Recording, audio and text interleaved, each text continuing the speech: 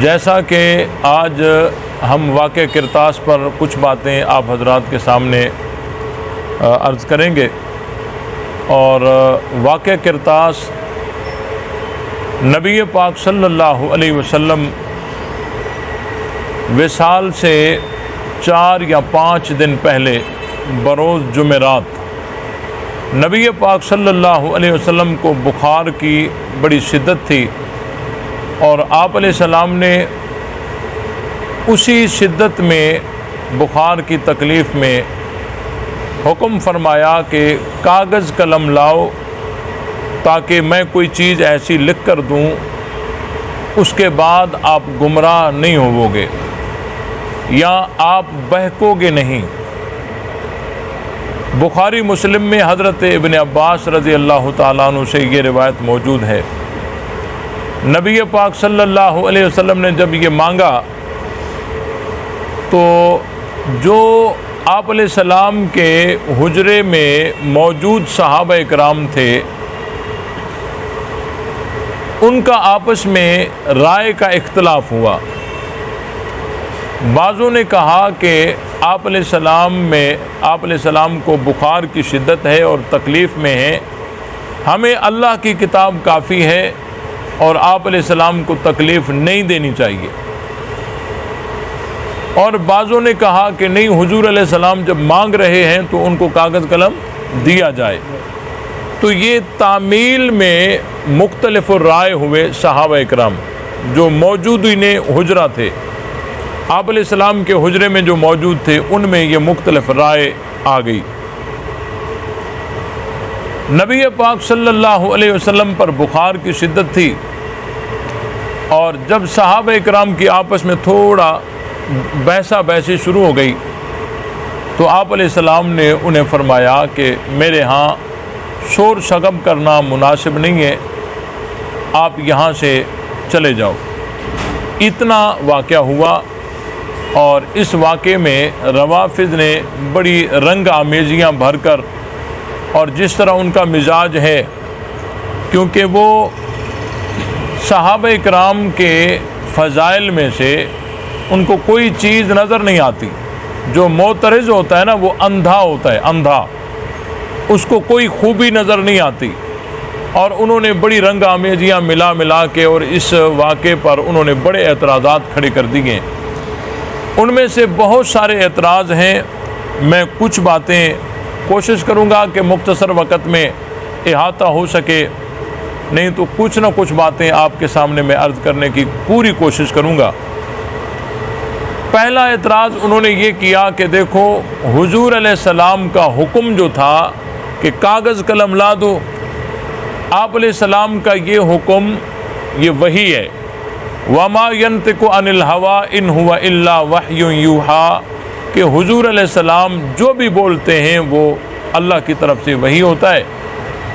تو آپ علیہ السلام نے جب فرمایا کاغذ قلم لا دو، تو یہ حضور علیہ السلام کا فرمانا یہ وحی کے ذریعے سے تھا، اور وحی کا رد کرنا یہ کفر ہے۔ تو معاذ اللہ حضرت عمر فاروق رضی اللہ تعالیٰ عنہ نے رد کر دیا، اور انہوں نے کہا کہ ہمیں قرآن کافی ہے۔ تو ایک تو وحی کا رد کیا، اور دوسری یہ چیز کہ حضور علیہ السلام کی ہر بات وحی ہوتی ہے، تو حضرت عمر فاروق رضی اللہ تعالیٰ عنہ نے معاذ اللہ وحی کا رد کر دیا، اور وحی کا رد کیا ہے؟ کفر ہے۔ اور اس طرح ایک اور اعتراض کہ حضرت عمر نے حدیث کا انکار کر دیا، حسبنا کتاب اللہ، ہمیں قرآن کافی ہے یہ کہہ کر یہ واضح کر دیا، اس کا مطلب یہ ہے کہ حدیث کی ضرورت نہیں ہے۔ تو انکار حدیث کی ابتدا معاذ اللہ وہ یہیں سے ہو گئی۔ اور جی اس نے حضور علیہ السلام کی گستاخی کر دی، توہین کر دی، اور آپ علیہ السلام کی طرف ہجیان کی نسبت کی، کیونکہ آگے جملہ ہے احجر استفہموہ، کہ آپ علیہ السلام کیا، اب حجر کی بہت ساری معنی ہیں وہ بھی اپنے مقام پر آئیں گی۔ تو حضرت عمر فاروق رضی اللہ تعالیٰ عنہ پر یہ کچھ اعتراضات شیعوں کی طرف سے کیے جاتے ہیں۔ اس پر میں پہلے اعتراض کا جواب دیتے ہوئے عرض کروں گا کہ پہلا اعتراض یہ ہے کہ حضور علیہ السلام کا جو بھی حکم ہے وہ وحی ہے، اور وحی کا رد جو ہے وہ کفر ہے۔ یہ دو پہلے اعتراض کی دو یہ بنیادیں ہیں کہ نبی پاک صلی اللہ علیہ وسلم کی ہر چیز وحی ہوتی ہے، حضور علیہ السلام کا ہر حکم وحی ہوتا ہے، اور وحی کا حکم کرنا کیا ہوتا ہے، وحی کا رد کرنا کیا ہوتا ہے، کفر ہوتا ہے۔ اور یوں کر کے حضرت عمر فاروق رضی اللہ تعالیٰ عنہ پر بڑے اعتراضات کرتے ہیں۔ یہاں پر ہمارا پہلا سوال یہ ہے کہ نبی پاک صلی اللہ علیہ وسلم نے جب کاغذ قلم مانگا تو آپ علیہ السلام اپنے گھر میں تھے یا کہیں سفر میں تھے؟ ہاں بھائی، آپ علیہ السلام نے جب کاغذ قلم مانگا تو آپ علیہ السلام کہیں سفر پہ تھے یا اپنے گھر میں تھے؟ گھر میں تھے نا۔ تو نبی پاک صلی اللہ علیہ وسلم اپنے گھر میں تھے۔ اب حجرے میں جو صحابہ کرام موجود تھے ان میں حضرت عمر فاروق رضی اللہ تعالیٰ عنہ بھی تھے، اور حضرت عباس بھی تھے، اور حضرت علی رضی اللہ تعالیٰ عنہم اجمعین وہ بھی تھے، اور بھی بہت سارے صحابہ کرام تھے۔ اب ان میں سے کچھ صحابہ وہ تھے جو اپنے گھروں سے نکل کر اور حضور علیہ السلام کے گھر میں بطور مہمان کے تھے، اور حضرت علی رضی اللہ تعالیٰ عنہ چونکہ حضور علیہ السلام کے گھر میں انہوں نے پرورش پائی تھی، تو حضرت علی رضی اللہ تعالیٰ عنہ اس گھر میں بطور مہمان کے نہیں، بطور میزبان کے تھے۔ اب جہاں پر گھر میں مہمان بھی ہوں اور میزبان بھی ہوں، اور گھر کا بڑا کوئی حکم کرے، نام کسی کا بھی نہ لے، نام کسی کا بھی نہ لے، تو آپ انصاف سے بتائیے کہ یہ حکم مہمان کو ہوگا یا میزبان کو ہوگا؟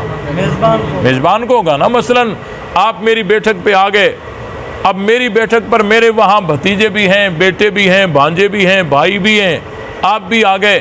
اب میں کہتا ہوں پانی دے دو، اب نام تو میں نے کسی کا نہیں لیا، اب یہ حکم مہمان کو ہوگا یا میزبان کو؟ میزبان کو ہوگا نا۔ اب نبی پاک صلی اللہ علیہ وسلم نے جب کاغذ قلم مانگا تو آپ علیہ السلام تھے اپنے گھر میں، حضرت عمر فاروق رضی اللہ تعالیٰ عنہ یہاں بطور مہمان کے تھے، اور حضرت علی رضی اللہ تعالیٰ عنہ بطور میزبان کے تھے، اور نبی پاک صلی اللہ علیہ وسلم کے کاتبین میں سے نام حضرت علی رضی اللہ تعالیٰ عنہ کا آتا ہے، اور حضرت علی مہمان بھی نہیں تھے بلکہ میزبان تھے، اہل بیت میں سے تھے اور کاتبین میں سے تھے اور اقرب البیوت تھے۔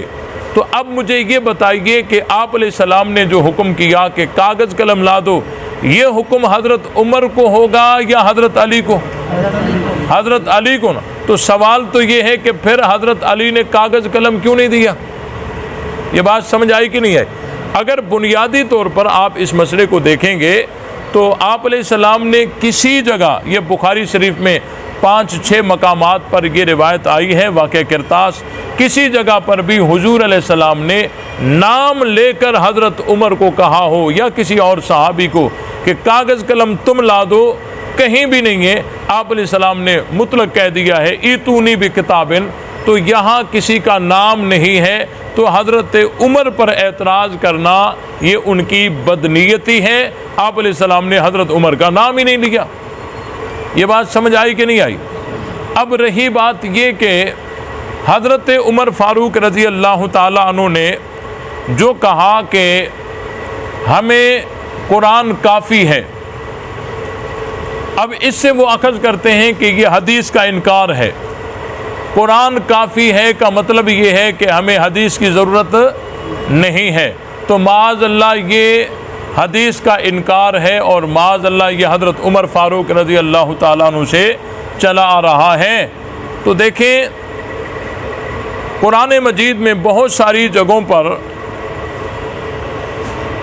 قرآن مجید میں بہت ساری جگہوں پر اللہ تعالیٰ نے اس چیز کو واضح کیا ہے۔ بھائی قرآن میں ہے نا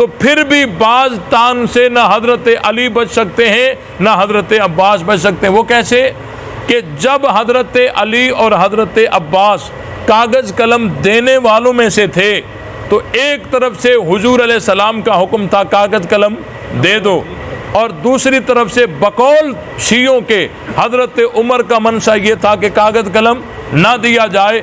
تو حضرت علی اور حضرت عباس کو کیا کرنا چاہیے تھا؟ حضرت عمر کی بات ماننی چاہیے تھی یا حضور کی بات ماننی چاہیے تھی؟ تو حضرت علی اور حضرت عباس نے حضور علیہ السلام کے مقابلے میں حضرت عمر کی بات کو کیوں مانا؟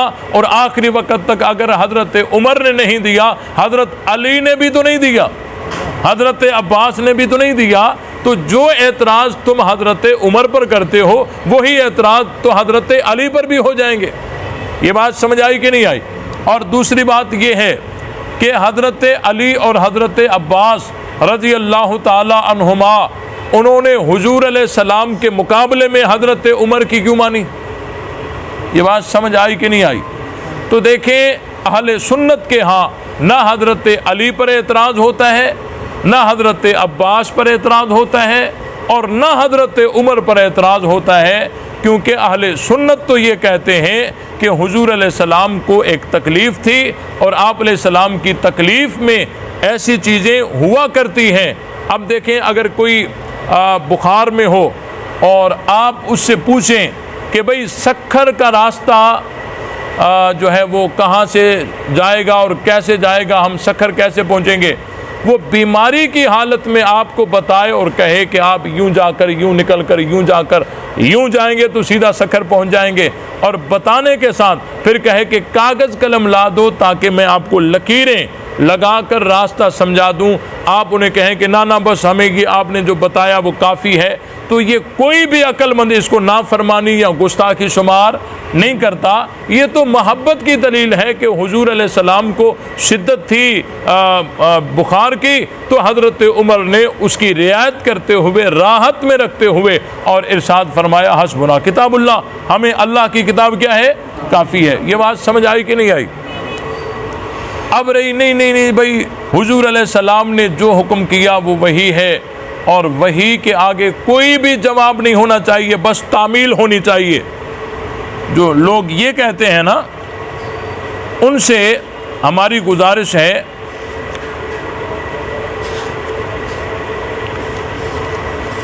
وہ کہتے ہیں کہ نہیں جی جو وحی آ جائے اس کے بعد اور کوئی چیز نہیں ہونی چاہیے، بس اس کا جو ہے جواب یہ ہے کہ اس پر عمل کرو، اگر کوئی اور بات کرو گے تو یہ وحی کا رد ہو جائے گا۔ جو لوگ یہ عقیدہ رکھتے ہیں ان کی خدمت میں قرآن مجید کی ایک آیت پیش کرنے لگا ہوں۔ یہ 19واں پارہ ہے، سورہ شعراء ہے، اور آیت نمبر ہے 10۔ وَإِذْ نَادَى رَبُّكَ مُوسَىٰ أَنِ ائْتِ الْقَوْمَ الظَّالِمِينَ قَوْمَ فِرْعَوْنَ أَلَا يَتَّقُونَ قَالَ رَبِّ إِنِّي أَخَافُ أَن يُكَذِّبُونَ وَيَضِيقُ صَدْرِي وَلَا يَنطَلِقُ لِسَانِي فَأَرْسِلْ إِلَىٰ ہارون۔ اب دیکھیں اللہ تعالیٰ فرماتے ہیں کہ جب پکارا تمہارے رب نے موسیٰ علیہ السلام کو، آواز دی کہ ظالم قوم کے پاس جا، اللہ کی طرف سے حکم آیا ظالم قوم کے پاس جا۔ حکم کس نے کیا؟ کس کو کیا؟ حضرت موسیٰ کو کیا۔ اور کیا کہا کہ ظالم قوم کے پاس جا۔ قوم فرعون، وہ ظالم قوم کون سی ہے؟ فرعون کی قوم ہے۔ الا یتقون، وہ کیوں نہیں ڈرتے؟ تو آگے حضرت موسیٰ علیہ السلام نے کیا جواب دیا؟ قال رب انی اخاف ان یکذبون۔ حضرت موسیٰ علیہ السلام نے کہا کہ اے میرے رب، مجھے خوف ہے کہ وہ میری تکذیب نہ کریں، وَيَضِيقُ صَدْرِي، اور میرا سینہ تنگ ہو جائے گا، وَلَا يَنطَلِقُ لِسَانِي، اور میری زبان نہیں پلٹے گی، فَأَرْسِلْ إِلَىٰ ہارون، ہارون کو بھیجیے۔ اب اللہ تعالیٰ فرما رہے ہیں اے موسیٰ تو جا۔ اب اللہ کا حکم تو بالکل وہی ہے نا، اللہ کا حکم کیا ہے؟ وہی ہے۔ آگے حضرت موسیٰ کہہ رہے ہیں ہارون کو بھیجیے. اب اللہ کے حکم کے آگے حضرت موسیٰ نے کیا کہا کہ ہارون کو بھیجیے. تو کوئی مائی کا لال ہے جو حضرت موسیٰ پر الزام عائد کرے کہ حضرت موسیٰ نے وحی کا رد کر دیا؟ ہے کوئی؟ نہیں. تو یہ جو تم نے بنایا ہے کہ حضور علیہ السلام کے حکم کے بعد اور کوئی جواب نہیں ہونا چاہیے تھا، بس تعمیل ہونی چاہیے تھی، اور دوسرا جو بھی جواب دینا ہے وہ تو رد ہے، یہ تمہارا جو ہے یہ قانون ہے یا بنیاد ہے، یہ بنیاد ہی غلط ہے. دیکھو اللہ کا نبی ہے، اللہ تعالیٰ اسے کہہ رہے ہیں کہ جا قوم فرعون کے پاس، آگے وہ کہہ رہے ہیں کہ ہارون کو بھیج. تو آگے سے یعنی جواب دے دیا نا. اور دوسری مثال آپ سمجھیں، نبی پاک صلی اللہ علیہ وسلم معراج پر گئے تو آپ علیہ السلام کو کتنی نمازیں ملی؟ بولو 50 نمازیں ملی. آپ علیہ السلام نیچے آئے، حضرت موسیٰ علیہ السلام سے ملاقات ہوئی. حضرت موسیٰ علیہ السلام نے کیا مشورہ دیا؟ واپس جائیں اور آپ جو ہے کچھ کم کروائیں. ایک دفعہ گئے، پھر واپس آئے، پھر دوسری دفعہ گئے، پھر واپس آئے، پھر تیسری دفعہ 9 چکر حضور علیہ السلام نے لگائے. تو آگے اللہ کا حکم تھا کہ 50 نمازیں پڑھو. آگے حضور علیہ السلام نے کتنے چکر لگائے؟ 9 چکر لگائے. تو اللہ کے حکم کے بعد حضور علیہ السلام کا 9 دفعہ چکر لگانا، کسی مائی کے لال نے یہ کہا ہے کہ حضور علیہ السلام نے وحی کا رد کر دیا؟ بولو، نہیں کہا نا. جب یہاں وحی کا رد نہیں ہے اور وہاں حضرت موسیٰ علیہ السلام جو کہہ رہے ہیں کہ فارسل الی ہارون، وہاں وحی کا رد نہیں ہے. اور بڑی مشہور ایک روایت ہے جو صلح حدیبیہ کے موقع پر آپ علیہ السلام جب صلح نامہ لکھوا رہے تھے تو صلح نامہ لکھنے والے حضرت علی تھے. کون تھے؟ حضرت علی رضی اللہ تعالیٰ عنہ تھے، صلح نامہ لکھ رہے تھے.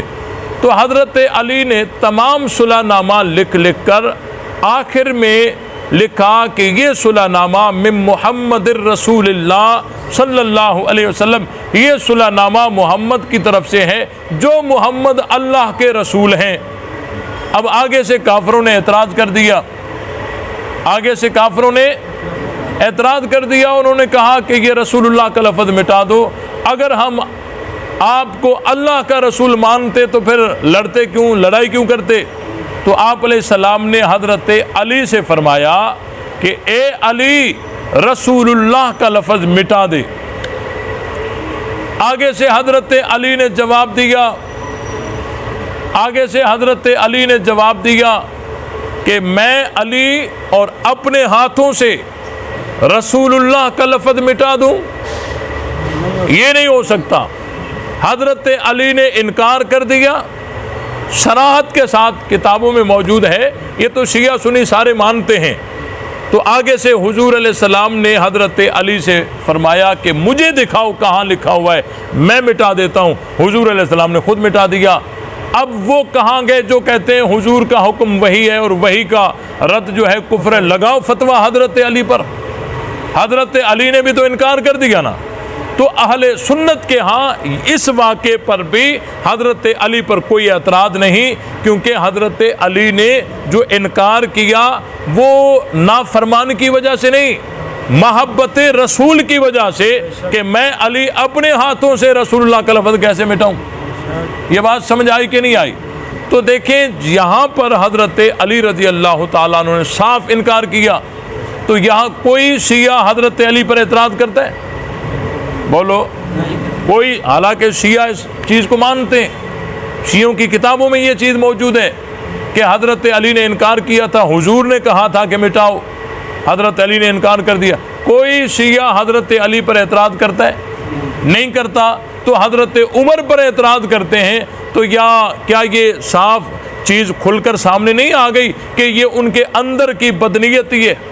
وگرنہ حضرت عمر فاروق رضی اللہ تعالیٰ عنہ نے یہ جو کہا حسبنا کتاب اللہ، مجھے بتاؤ جو شیعہ کہتے ہیں کہ یہ حضور علیہ السلام کی گستاخی تھی، توہین تھی، یہ یوں الزام لگا کر یہ اعتراض حضرت عمر پر بعد میں عائد ہوگا، حضرت علی پر پہلے عائد ہوگا۔ وہ کیسے؟ آج اس گئے گزرے دور میں اگر ہمارے سامنے کوئی حضور کی گستاخی کرے ہم برداشت نہیں کرتے، ہم ری ایکشن دیتے ہیں، اور تم کہتے ہو کہ حضرت علی اور حضرت عباس کے سامنے حضرت عمر نے حضور کی گستاخی کی، تو علی کا رد عمل کیوں نہیں آیا؟ بات سمجھ آئی کہ نہیں آئی؟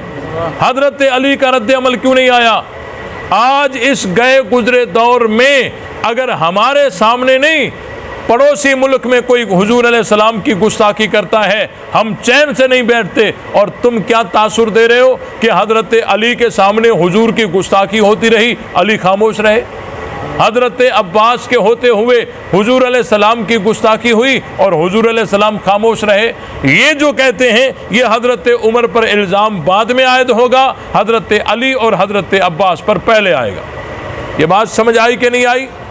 بالکل آئی کہ نہیں آئی؟ اور حضرت علی رضی اللہ تعالیٰ عنہ اسی وقت تو کوئی بات نہیں کرتے کہ حضور کی گستاخی ہو گئی، بعد میں جب حضرت عمر مسند خلافت پر آئے اور اس وقت سارے بیعت کر رہے تھے، اس وقت بھی حضرت علی نے یہ کوئی اشارتاً کنایتاً ظاہراً یا چھپ چھپا کر کسی کو اندر میں کوئی یہ بات بتائی ہو، کوئی ثبوت نہیں ہے، نہ شیعہ کتابوں میں نہ سنی کتابوں میں۔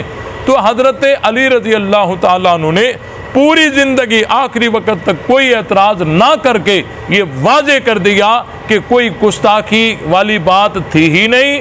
حضرت علی بھی موجود تھے، حضرت عباس بھی موجود تھے، حضرت عمر نے حضور علیہ السلام کی تکلیف کو، حضور علیہ السلام کی تکلیف کو دیکھتے ہوئے اور ان کو راحت پہنچاتے ہوئے حضرت عمر فاروق رضی اللہ تعالیٰ عنہ نے یہی کہا تھا کہ ہمیں اللہ کی کتاب کافی ہے۔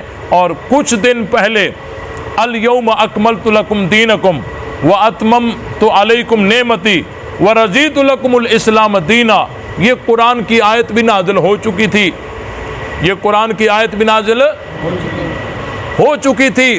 تو ہو سکتا تھا کہ حضور علیہ السلام امتحان لے رہے ہوں اور حضرت عمر فاروق رضی اللہ تعالیٰ عنہ اس امتحان میں پاس ہو رہے ہوں۔ بات سمجھ آئی کہ نہیں آئی؟ کہ دین تو مکمل ہو چکا ہے، دین تو مکمل ہو چکا ہے۔ اب یہ بات بھی سوچنی چاہیے کہ حضور علیہ السلام جو چیز لکھوانا چاہتے تھے وہ اللہ کی طرف سے وحی تھی، ضروری کوئی احکام تھے، یا ویسے شفقتاً کوئی جیسے آدمی جو ہے اپنے چھوٹوں کو ہدایتیں یا نصیحتیں کرتے رہتے ہیں، یا یوں کوئی مندوب کی قبیل میں سے تھی؟ اگر آپ کہیں گے کہ نہیں وہ ضروری اللہ کی طرف سے حکم تھا، بڑا اہم حکم تھا، تو یہ تو حضور علیہ السلام پر الزام آئے گا کہ جو نبی پتھر لگنے کے بعد بھی حق کو روک نہ سکے اور بیان کرتے رہے، وادی طائف میں اتنے پتھر لگے اور انہوں نے حق کو پیچھے نہیں کیا، بیان کر دیا، حالات اتنے گرم ہو گئے کہ خود کو چھپا دیا غار ثور میں لیکن حق کو نہیں چھپایا۔ وہ نبی حضرت عمر کے حسبنا کتاب اللہ کہنے سے اللہ کی طرف سے حکم کو روک دیتے؟ کیونکہ حضور علیہ السلام اس واقعے کے بعد بھی تو 4-5 دن اپنے گھر میں رہے ہیں، تو حضور علیہ السلام نے کہیں پر بھی کسی اہل بیت کو بٹھا کر لکھوا دیتے۔ تو بات یہی ہے کہ کوئی اللہ کی طرف سے وحی نہیں تھی، اور وما ینطق عن الہوی ان هو الا وحی یوحی، یہ قرآن کے ساتھ خاص ہے۔ حضور علیہ السلام کی ہر بات وحی نہیں ہوتی، اگر ہر بات وحی ہوتی تو آیات عتاب کا کیا جواب ہوگا؟ بہت ساری جگہوں پر حضور علیہ السلام نے کوئی عمل کر دیا اور اللہ تعالیٰ کی طرف سے آ گیا کہ آپ نے یہ کیوں کیا، جیسے بدر کے قیدیوں کے بارے میں، منافق کے جنازے پڑھانے کے مسئلے میں، اور بھی بہت ساری مثالیں آیات عتاب میں آتی ہیں۔ تو پتہ چلا کہ نبی کا ہر حکم وحی نہیں ہے، یہ قرآن کے ساتھ کیا ہے؟ خاص ہے۔ یہ بات سمجھ آ گئی کہ نہیں آ گئی؟ اب آئیے آگے حضرت عمر کے لیے کہتے ہیں کہ جی احجر استفہموہ، حضرت عمر نے حضور علیہ السلام کی طرف ہذیان کی نسبت کی۔ ہذیان کہتے ہیں جو بیماری میں آدمی ایسے جملے بولتا ہے جو غیر مربوط ہوتے ہیں، ان کا کوئی ربط نہیں ہوتا، بے معنی، جیسے ہم سندھی میں کہتے ہیں بابا ہے وپھلے تو، کہتے ہیں نا وپھلے تو، یعنی ایسے جملے جس کا کوئی مطلب نہیں ہوتا۔ اب کہتے ہیں یہ حضرت عمر نے کہا، حالانکہ کتب اہل سنت میں سے کوئی ایک روایت بھی دکھا دو جس میں یہ چیز لکھی ہو کہ حضرت عمر نے یہ کہا ہے، حجر استفہموا، حضرت عمر نے کہیں پر بھی یہ چیز نہیں فرمائی۔ ہاں جہاں پر بھی یہ آیا ہے تو قالو کے ساتھ آیا ہے کہ ان میں سے جو موجودین تھے انہوں نے کہا کہ حجر استفہموا ہو۔ یہ بات سمجھ آئی کہ نہیں آئی؟ تو کہتے ہیں دیکھو یہ حجرہ کا جو معنی ہے وہ ہجیان ہے، غیر مربوط کلام ہے، اور حضور کی طرف اس کلام کی نسبت کرنا یہ حضور کی توہین ہے۔ حالانکہ دیکھیے حجر یہ ہجرت سے بھی ہے، چھوڑ جانا، ہجیان سے بھی آتا ہے۔ اب ایک ایسا لفظ جس کے دو مطلب ہوں، ایک صحیح ہو اور ایک غلط ہو، تو ضرور ہے کہ ہم صحیح کو چھوڑ کر غلط کو اختیار کریں۔ بھائی قال اللہ کا مطلب کیا ہے؟ قال اللہ یعنی اللہ نے فرمایا، یہ ہے نا، قال اللہ کا معنی کیا ہے؟ اللہ نے فرمایا۔ اب کوئی اس کا معنی یہ کرے قال من القول نہیں، قال من القیلولہ، کہ معاذ اللہ اللہ نے قیلولہ کیا۔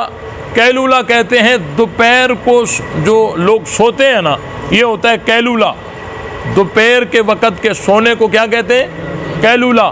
اب کوئی اس کا معنی یہ کرے کہ قال اللہ کا معنی یہ ہے کہ معاذ اللہ اللہ نے قیلولہ کیا، یہ کتنی بڑی گستاخی اور بدنیتی ہوگی۔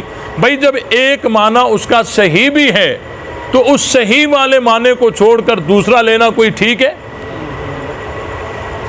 تو حجر کا ایک معنی صحیح بھی ہے، اس کو چھوڑ کر دوسرے والا لینا کوئی درست تو نہیں ہے۔ اور اس کے بعد قرینہ موجود ہے استفہموا ہو کہ حجر کیا چھوڑے جا رہے ہیں، پوچھ لو ان سے۔ تو جو ہجیان میں ہوتا ہے، غیر مربوط کلام بولنے والا ہوتا ہے، اس سے پھر پوچھا نہیں جاتا، اس کے لیے یہ ہوتا کہ اس کو چھوڑ دو، یہ تو غیر مربوط کلام بول رہا ہے۔ استفہموا ہو یہ قرینہ موجود ہے کہ حجر کا معنی ہجیان والا نہیں ہے۔ یہ بات سمجھ آئی کہ نہیں آئی؟ تو حضرت عمر فاروق رضی اللہ تعالیٰ عنہ نے حضور علیہ السلام کی کوئی گستاخی نہیں کی۔ اگر حضرت عمر نے کوئی گستاخی کی ہوتی تو سب سے پہلے حضرت علی ایکشن لیتے، حضرت عباس لیتے، لیکن انہوں نے نہیں لیا۔ آج جو کہہ رہے ہیں کہ نہیں انہوں نے گستاخی کی، یہ لوگ اپنے عمل سے بتا رہے ہیں کہ حضور علیہ السلام کی گستاخی معاذ اللہ علی بھی برداشت کر گئے، حضرت عباس بھی برداشت کر گئے، اور ہم اتنے غیرت مند ہیں کہ ہم سے برداشت نہیں ہو رہی۔ تو یہ حضرت علی اور حضرت عباس پر الزام عائد کرتے ہیں۔ حضرت عمر فاروق رضی اللہ تعالیٰ عنہ نبی پاک صلی اللہ علیہ وسلم کے جلیل قدر صحابی ہیں اور خلیفہ دوم ہیں۔ حضرت علی رضی اللہ تعالیٰ عنہ کے داماد ہیں، نبی پاک صلی اللہ علیہ وسلم کے جو ہیں وہ سسر بھی ہیں، صحابی بھی ہیں، اور آج بھی حضور علیہ السلام کے روز اطہر میں آج بھی حضور کے ساتھ ہیں، اور قیامت کے دن بھی حضور کے ساتھ ہوں گے۔ جو لوگ حضرت عمر پر اعتراض کرتے ہیں یہ وہی لوگ ہیں جن کے علاقوں کو حضرت عمر نے فتح کیا تھا، جن کے علاقوں کو حضرت عمر نے فتح کیا تھا۔ حضرت حیدری شہید رحمۃ اللہ علیہ فرمایا کرتے تھے کہ جس صحابی نے جتنا یہودیوں کو مارا ہے اتنا ہی یہودیوں کی اولاد اس صحابی پہ غصے ہوتی ہے۔ ان میں سے ایک صحابی حضرت عمر ابن خطاب بھی ہے۔ اللہ تعالی ہم سب کو حق سمجھ کر اس پر عمل کرنے کی توفیق عطا فرمائے۔ وآخر دعوانا ان الحمدللہ رب العالمین۔ سوال ہے، ہاں بھائی، شیعہ لوگ کہتے ہیں کہ حضور صلی اللہ علیہ وسلم حضرت علی کو خلافت لکھ کر دیں گے، اس کی کیا حقیقت؟ اس شیعہ کہتے ہیں کہ یہ حضرت علی رضی اللہ تعالیٰ عنہ کی خلافت لکھ کر دے رہے تھے یا لکھ کر دیتے اس کا مطلب یہ ہے کہ پھر جو غدیر خم کا تم قصہ بیان کرتے ہو کہ خلافت کا اعلان ہو گیا، وہاں تو پھر کوئی خلافت کا اعلان نہیں ہوا تھا نا، تبھی تو یہاں لکھی جا رہی تھی۔ اور دوسرا جواب یہ ہے کہ تم جو کہتے ہو کہ یہاں حضرت علی کی خلافت لکھنی تھی، تو ہم کہتے ہیں کہ یہاں حضرت ابو بکر کی خلافت لکھنی تھی۔ آپ دلیل مانگیں گے، میں کہوں گا جو دلیل آپ کے پاس ہے وہی ہمارے پاس ہے۔ بھائی حضور علیہ السلام، شیعہ کہتے ہیں کہ یہ حضرت علی کی خلافت لکھ کر دیتے، ہم کہتے نہیں حضرت ابو بکر کی خلافت لکھ کر دیتے۔ کہتے ہیں کیا دلیل ہے؟ ہم کہتے ہیں جو تمہارے پاس ہے، جو دلیل تمہارے پاس ہے۔ اور اس سے یہ بات واضح ہوتی ہے کہ غدیر خم پر کوئی خلافت کا اعلان نہیں ہوتا۔ اور کسی ساتھی کا کوئی سوال ہو؟ باقی کرتاز کے بالواسطہ یا بلا واسطہ اہل تشیع خلافت سے منسوخ کر رہے ہیں، نبی سے جو حضرت علی کی خلافت لکھی جانا رہا، پر مرزا انجینئر ان پیرائے میں وٹھندو ہے تو اگر جے نبی سائیں جن خلافت